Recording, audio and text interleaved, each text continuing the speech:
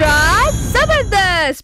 రవి నువ్వు మనిషివి కాదు, నువ్వు మహానటుడివి. రవి నువ్వు ఉదయించే సూర్యుడివి అని నాకు చెప్పింది.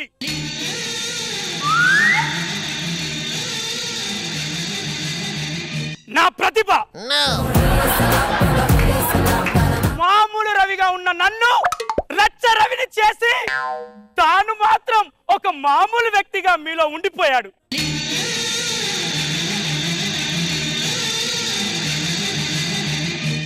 ఆ వ్యక్తి ఎవరంటే manager Yedukondalu. Single take, ready, camera, action.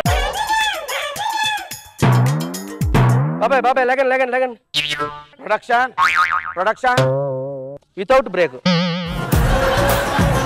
Action.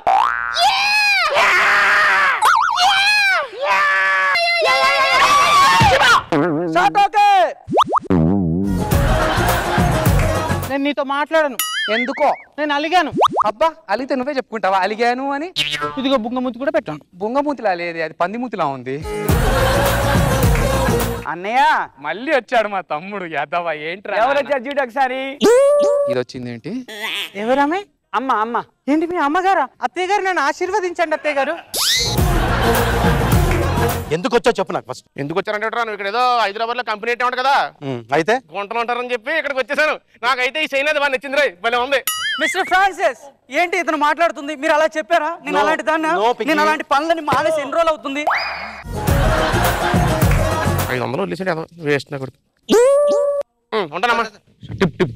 టిప్పా ఓ పని చేయి, పొద్దున్న లేసి వేడివేడి నెలలో నిమ్మకాయ పిండేసుకుని హనీ కలుపుకుంది ఐసు అనుకో, పట్ట ఎక్కిపోద్ది.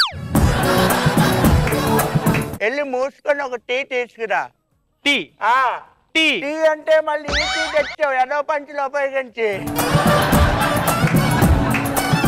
ఎవరా నువ్వు? మీకు కరెంట్ లేదని మేడం ఫోన్ చేస్తే వచ్చా. ఎందుకు చెప్పవే మొత్తం నాకు కరెంట్ లేదని? ఏంటమ్మా ఇది? ఎవరు చెప్పారు నీకు నాకు ఒంట్లో కరెంట్?